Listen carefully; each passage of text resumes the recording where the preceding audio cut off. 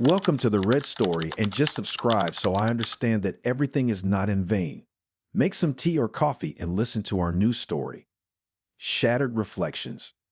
The night air was cool and biting as I hurled her belongings out into the yard. High heels clattered against the driveway. Her favorite silk dresses tumbled onto the damp grass, and her prized vacuum, the one she insisted we absolutely needed, landed with a loud asterisk thud. Asterisk, her makeup kits burst open, lipstick and foundation smearing across the concrete path like remnants of a war zone. It was chaos, but a fitting end to the illusion of what our marriage once was. 10 years ago, we were the envy of everyone around us. I was 32, a confident, rising executive in a thriving tech company. Nicole was 29, sharp, ambitious, and stunning, with raven black hair that fell in waves and piercing green eyes that always seemed to size up a room. We met at a corporate networking event, where her wit matched my humor effortlessly. That night, she laughed at my jokes and offered insights sharper than most men in the room. By the end of the evening, I was hooked. "I'd like to think I'm worth your time," I had said, my tone casual but my heart racing. "We'll see," she replied with a sleek smile, her gaze lingering just long enough to make me wonder if she was serious. A year later, we were married. The wedding was a lavish affair, with white roses adorning the hall and a live jazz band playing beneath sparkling chandeliers. Everyone said we were the perfect couple, both driven, both destined for success. And for a time, they were right. We bought a beautiful home in an affluent neighborhood, all sleek lines and modern edges, with a sprawling backyard that Nicole decorated meticulously. Children weren't in the picture for us. Our careers were our priority, but fate had a way of altering the best laid plans. 4 years ago, on a rainy November evening, everything changed. I was driving home from a late meeting, the slick roads illuminated by blurry streetlights. I was exhausted, my mind buzzing with figures and deadlines. The last thing I remember was the blare of a horn and headlights swerving directly into my lane. The impact was deafening. My set-in crumpled like paper, the driver's side door pinning me against the seat as the other car, driven by an elderly man who lost control, smashed into me. Glass shattered, slicing into my face and arms. Pain radiated from my spine, sharp and unforgiving, as I struggled to breathe. Then darkness. When I woke up in the hospital, my body was broken. 3 fractured ribs, a compressed spine, a concussion that left my thoughts muddled. The doctor said it would take years to recover fully, if I ever did. Nicole was there, holding my hand. Her eyes were red from crying, and she whispered, "We'll get through this together, I promise." For a while, I believed her. The drift. The first few months after the accident were a blur of surgeries, physical therapy, and painkillers. Nicole tried to be supportive at first. She hired a nurse to help with my daily needs and balance her work schedule to spend evenings at home. But as the months turned into years, her visits grew shorter, her tone more clipped. "I have a meeting," she'd say, slipping on her blazer without looking at me. "I'll check on you later." Most evenings, I'd sit alone in the living room, staring at the TV, but not really watching, as my mind replayed the accident over and over. My body was healing, but my career was in shambles. The man who once led boardroom discussions now struggled to hold a conversation without losing track of his thoughts. Nicole, meanwhile, thrived. Her career soared as she took on more responsibilities at work. She had always been ambitious, but now her drive felt less like a shared dream and more like an escape from the wreckage of our life together.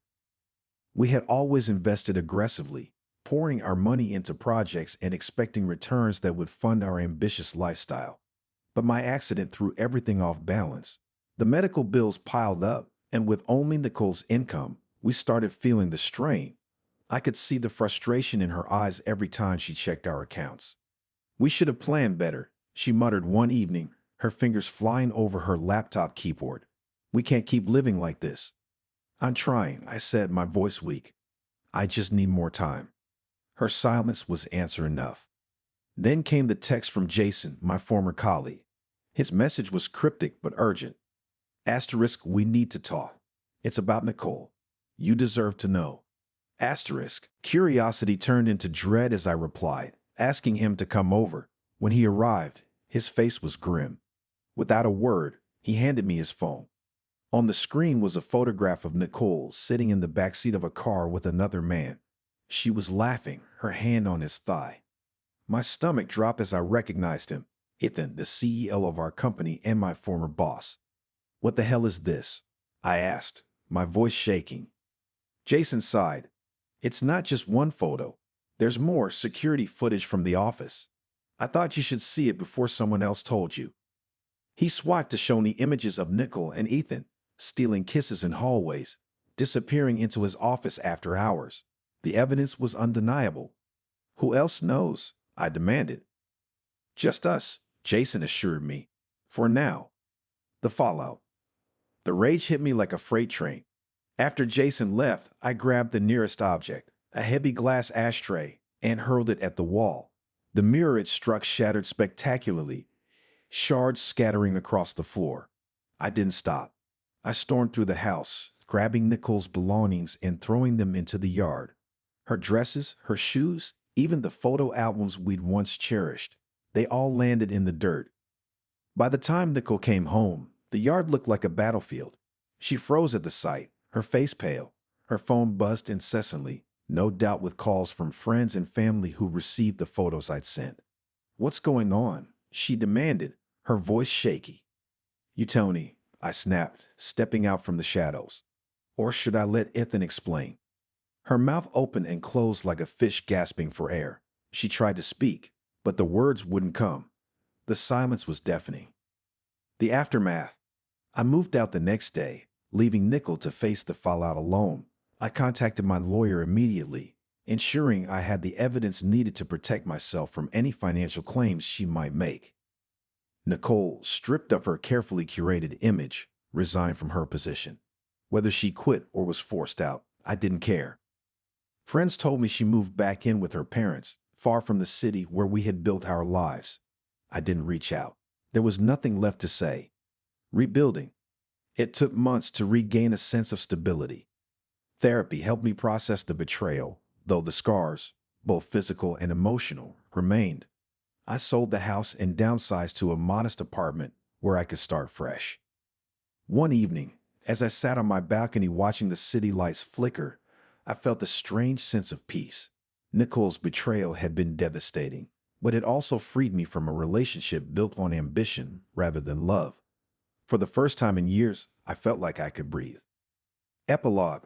Life doesn't always go the way we plan, but sometimes the detours lead us to better destinations.